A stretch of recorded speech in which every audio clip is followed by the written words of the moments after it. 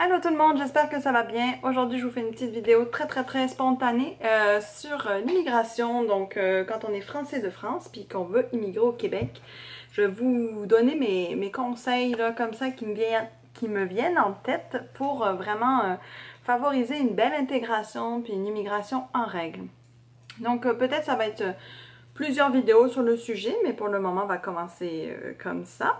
Donc, la première chose que j'aimerais vous conseiller pour vous les Français, qui veulent immigrer au Québec, c'est de venir visiter la place avant en vacances, genre l'année d'avant, ou pour savoir dans quel milieu vous allez vous embarquer, pour vous imprégner un petit peu de la culture des Québécois, parce que très souvent on fait l'amalgame entre la France et le Québec, et on a l'impression que c'est la même chose, mais c'est vraiment différent.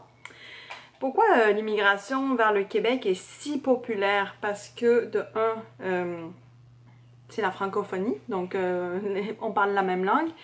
Et de deux, le Québec est en Amérique du Nord. Donc l'Amérique du Nord qui est très prisée par les Européens avec le rêve américain et tout ça. Qu'est-ce qu'il y avait?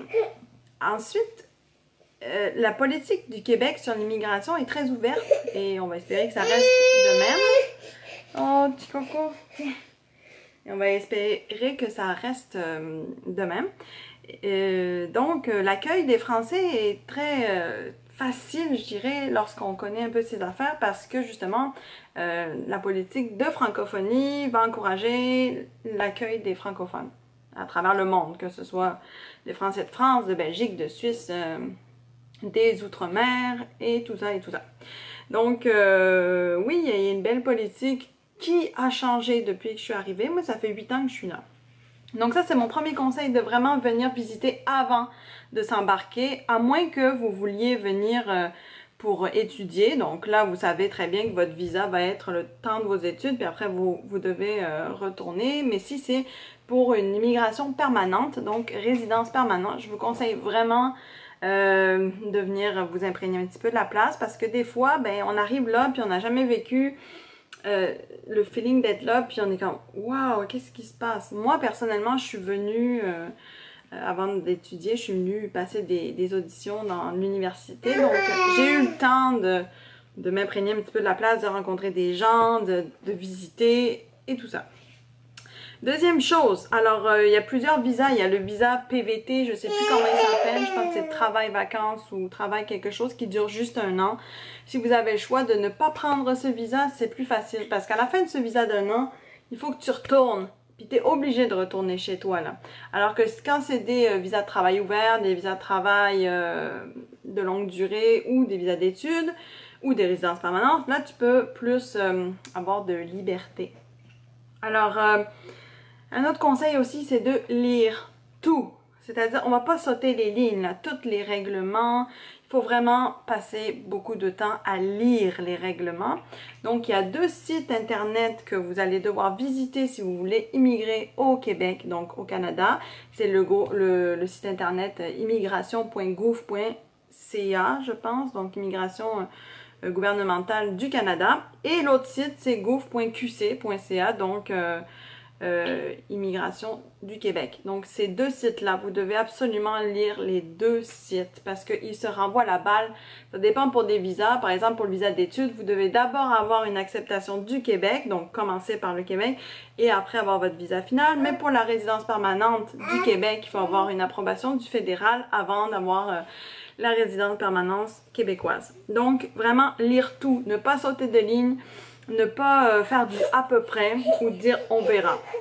Ensuite, très important, vraiment très important parce que votre vie peut en dépendre, ne jamais mentir. Jamais. Je me fâche parce qu'il y a beaucoup de gens qui ont perdu... Oups, petit coco. Il y a beaucoup de gens qui ont perdu leur conjoint, ben, qui ont dû retourner parce qu'ils ont menti sur certaines affaires ou même des familles déchirées à cause de ça. Ne mentez jamais, ok? Préférez faire des allers-retours, dépenser de l'argent inutilement, on s'en fout, l'argent c'est de l'argent, les humains c'est plus important, mais si votre visa finit telle date, et qu'on vous oblige à repartir, ben, faut le faire le temps de revenir. Vous voyez, faites pas une histoire un petit peu bizarre, genre je vais aller étudier finalement. Oups. je vais aller étudier finalement, je vais aller faire le touriste là, non, non, non. Non, ne mentez pas, soyez en paix avec vous-même, vaut mieux en faire plus de travail, d'aller-retour et de choses, mais favoriser l'honnêteté.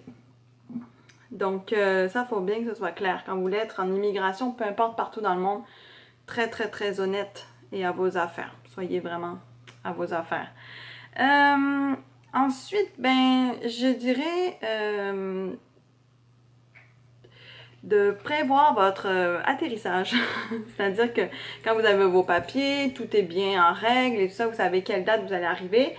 C'est bien d'avoir un contact là-bas qui va vous aider à trouver votre premier appart, vous faire trouver une banque, tout ça. Donc, ayez quand même quelqu'un peut-être pour communiquer ou aller sur des forums ou le quelqu'un du quelqu'un du quelqu'un qui peut vous vraiment vous accueillir, ne serait-ce que le temps d'atterrir parce que on arrive d'une nouvelle vie, on a nos valises, parce que c'est 2 valises, pas plus, là. Sinon tu dois payer un cargo, puis le cargo c'est 2000$. Fait que je sais pas si la plupart des immigrants ne payent pas de cargo. Donc voilà, ça c'est vraiment les conseils techniques pour vraiment réussir techniquement, là, théoriquement, une immigration. Après, il y a eu une autre vidéo, je vais vous mettre le lien en bas, où un peu plus humoristique, où je vous parlais de comment s'intégrer et comment éviter de se faire passer pour un Français quand on arrive au Québec. Mais ouais, j'irais vraiment comme arriver ici sans attente et d'a priori sur les gens et sur ce qui va se passer. Genre, ah, moi chez moi, ce magasin-là, il est plus grand. Ben non, tu sais, c'est le Québec. C'est un nouveau pays, c'est un nouvel endroit. Là, on fait le flash de Men in Black, là, puis on se met tout à zéro. Puis on repart sur une nouvelle histoire. Et on met son cerveau puis son vécu sur mode découverte. Voilà. Donc comme c'est une no-cut vidéo, je vais m'arrêter là. Je vais faire d'autres séries. Si vous avez d'autres questions, si vous avez d'autres thèmes que je veux aborder, dites-moi tout ça en commentaire. Vous pouvez m'écrire en privé sur ma page Facebook aussi si vous voulez que je vous aide avec quelques questions sur l'immigration. Comme d'habitude, à chaque fin de vidéo, j'ai un petit bébé qui est impatient.